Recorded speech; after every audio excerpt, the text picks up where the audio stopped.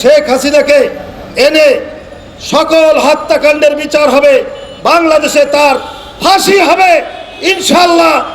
আমার মনে হয় বৈষম্য বিরোধী এই ছাত্র জনতা আল্লাহর তরফ থেকে আবাবিল পাখির মতো নিজেদের বুক পেতে দিয়ে এই জালেম শহীদ তস্তুতকে ধ্বংস করে দিয়েছে। তারা জালেমের কারাগার থেকে আমরা মুক্তি পেয়েছি ঠিকই, স্বৈরাচারিণী শেখ হাসিনা যে দাম্ভিক্য করে বলেছিল হাসিনা পালায় না, তার প্রমাণ হয়েছে হাসিনা পালায় কি পালায় না। নেতা কর্মীদেরকে ফেলে গিয়ে, এমনকি শুনেছি একজন তার ঘনিষ্ঠ নেতা যিনি তার সাথে তার সেই হেলিকপ্টারে উঠতে চেয়েছিল তাকে লাথি মেরে ফেলে দিয়েছে, নেওয়া যাবে না, 2 বোন চলে গিয়েছে। সেই শেখ হাসিনা এখন ভারতে বসে বাংলাদেশ নিয়ে আবার একের পর এক ষড়যন্ত্র করতেছে, বিভিন্ন আঙ্গিকে, বিভিন্ন সুরাতে, বিভিন্ন কায়দায়। বাংলাদেশের জনগণ অত্যন্ত সচেতন। আমাদের বৈষম্য বিরোধী ছাত্র ভাইরা, ছাত্র জনতা, তারা যেভাবে এই জালেমকে মোকাবেলা করেছেন, পাশাপাশি আমরাও তাদের সাথে ছিলাম। আমরা তো সেই 16-17 বছর পর্যন্ত আন্দোলন করে এসেছি।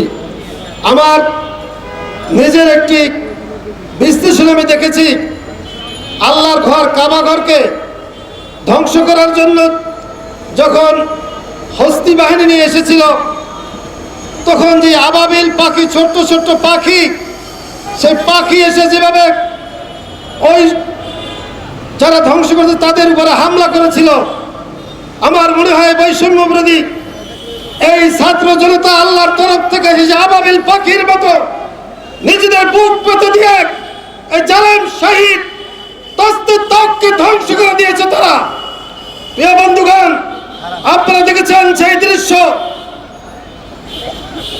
স্বরাষ্ট্রমন্ত্রীর সামনে বলতেছে একটা গুলি হয়, একটা ছেলে পড়ে যাচ্ছে, কিন্তু কেউ লড়তেছে না।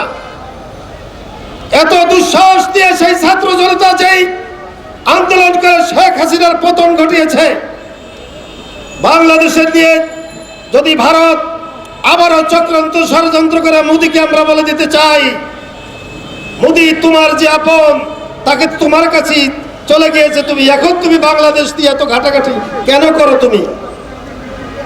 আমি আমার বক্তব্য বাড়াবো না, আমি শুধু একটি কথাই বলতে চাই। আমরা এক এক সময় এক এক ধরনের কথা শুনি। পরশুদিন সকল টেলিভিশনের পর্দায় দেখলাম আলী আরাফাত সাবেক তথ্য প্রতিমন্ত্রী গ্রেপ্তার হয়েছে, পরে শুনলাম না গ্রেপ্তার হয়নি। কেন এই সমস্ত নাটক? কেন এই নাটক হবে? কেন এখানে হারুনকে, বিপ্লবকে কেন আদালতে সুপর্দ করা হয় না? তারা আজকে কোথায়? জয়নাল ফারুক এখানে উপস্থিত রয়েছেন, সারা বিশ্ব দেখেছে যে কিভাবে তার উপরে অশ্লীল ভাষায় গালিগালাজ এবং নির্যাতন করা হয়েছে। কেন এখনো প্রেস ক্লাবের সামনে দাঁড়িয়ে আমাদেরকে বলতে হবে যে বিপ্লব কোথায়, হারুন কোথায়? তাদেরকে অনতি বিলম্বে আইনের হাতে সুপর্দ করুন, না হয় যদি আবার আন্দোলন শুরু হয় তখন কিন্তু আপনাদের পিঠের চামড়া থাকবে না।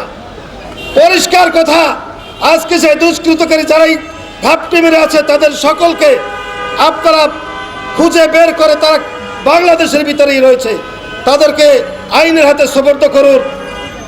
আমাদের প্রিয় নেত্রী, দেশের নেত্রী বেগম খালেদা জিয়াকে যেভাবে নির্যাতন করা হয়েছে, অত্যাচার করা হয়েছে, আপনারা দেখেছেন।